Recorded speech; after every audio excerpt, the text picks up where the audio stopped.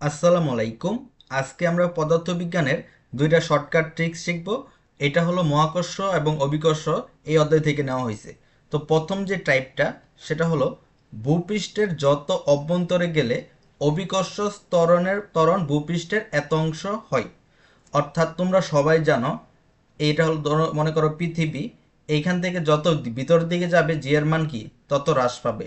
আবার এখান থেকে যত উপর দিকে যাই জি এর মান কি হ্রাস পায়।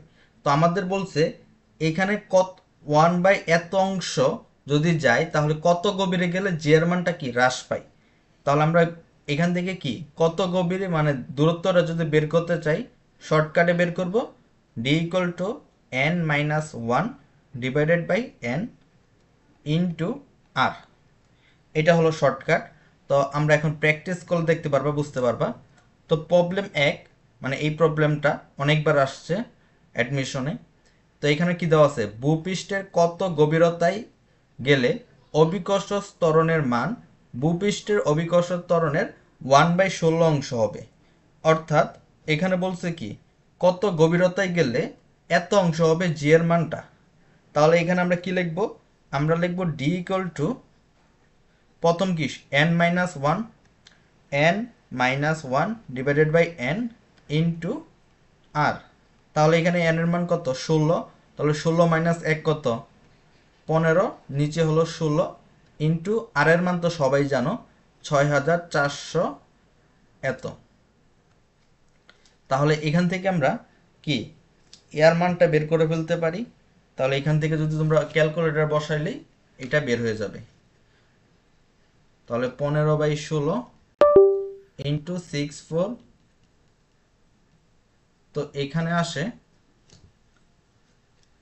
6000 এত মিটার। তো এটাই হলো উত্তর। তো এটা খুব সহজ। এরপরের প্রশ্নটা হলো যে ভূপৃষ্ঠের কত অভ্যন্তরে অভিকর্ষ ত্বরণের মান ভূপৃষ্ঠের অভিকর্ষ ত্বরণ মানের এত পার্সেন্ট হয়। তো এটা হলো পার্সেন্টের অঙ্ক। এটাও অনেক ইম্পর্টেন্ট, আগেটার মতো এটা অনেকবার আসে পরীক্ষায় যে অভিকর্ষ স্তরের মান কত পার্সেন্ট হয়।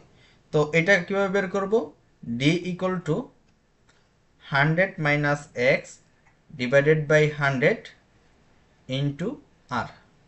তো তোমাদের ভার্সিটি অ্যাডমিশনে দেখবে এইরকমই দিয়ে দিবে, মানে এই ফর্মুলাটা জাস্ট উঠাই দিবে। তো তোমরা এটা কি বের করতে হবে। দেখো প্রশ্ন কিরকম আসে যে ভূপৃষ্ঠ হতে কত গভীরতায় অভিকর্ষ ত্বরণের মান ভূপৃষ্ঠের এত পার্সেন্ট হয়। তো এটা কিভাবে বের করবা, একদম সহজ, D equal to 100 minus x এর মান 40 ডিভাইডেড বাই 100 ইন্টু আর। তাহলে উপরে থাকে হলো 60/100 ইন্টু আর, তাহলে 3/5 আর। তো এটাই হলো অ্যান্সার। তো এই যেটা খুবই গুরুত্বপূর্ণ ছিল। তো আশা করি বুঝতে পারছো, এটা তোমার অ্যাডমিশনে খুব কাজে লাগবে।